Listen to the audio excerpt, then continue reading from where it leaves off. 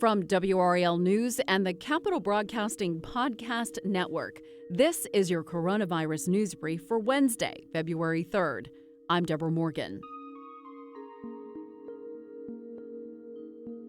Before we get into the latest stories, we want to ask a favor. We're trying to get a better understanding of what you, our listeners, want to hear in this podcast. We have a survey that takes about 5 minutes to fill out, and we would really appreciate it if you would fill that out.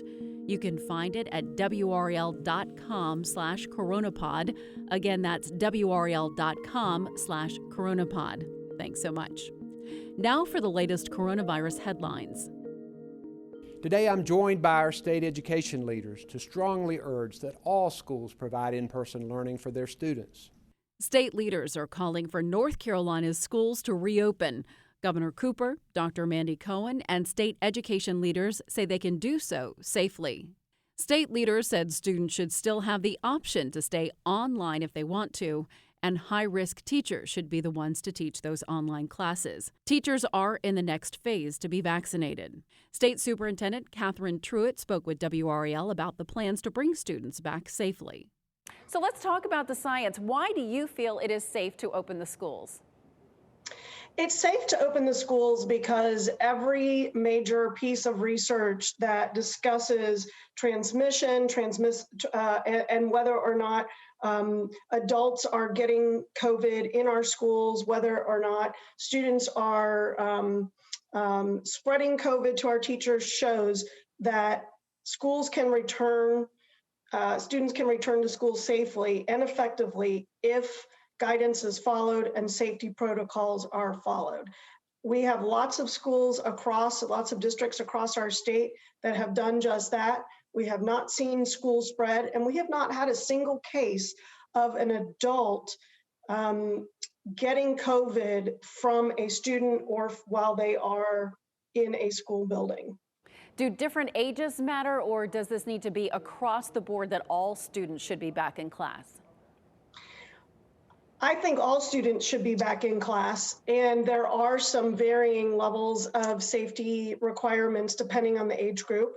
Right now, DHHS is recommending that our K through 5th graders can be in school with minimal social distancing as long as they're wearing a mask. But DHHS is still recommending that our 6th through 12th graders still need to observe not just masking orders, but also social distancing guidelines when they are in school. So are there resources in place for the schools to be able to provide the PPE, the masks, and everything that the schools need to keep the students safe? There absolutely is, because over the past year, tens of millions of dollars, in fact, was given to our districts, both in state and appropriations from the governor's office, as well as from the federal government. And really just a small portion of that has been spent so far. I'm in conversations with superintendents frequently, and they are not telling us that they do not have the resources to make this happen. What about options for parents who truly do not want their children back in the classroom? Can they still stay in remote learning?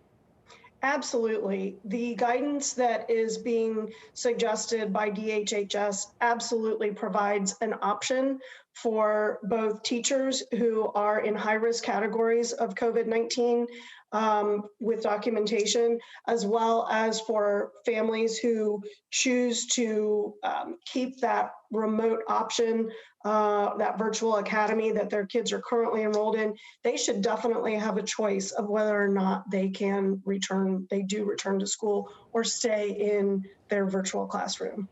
It's been a very passionate, a very emotional discussion, and we appreciate your insight tonight. North Carolina State Superintendent of Public Instruction, Catherine Truitt. Thank you.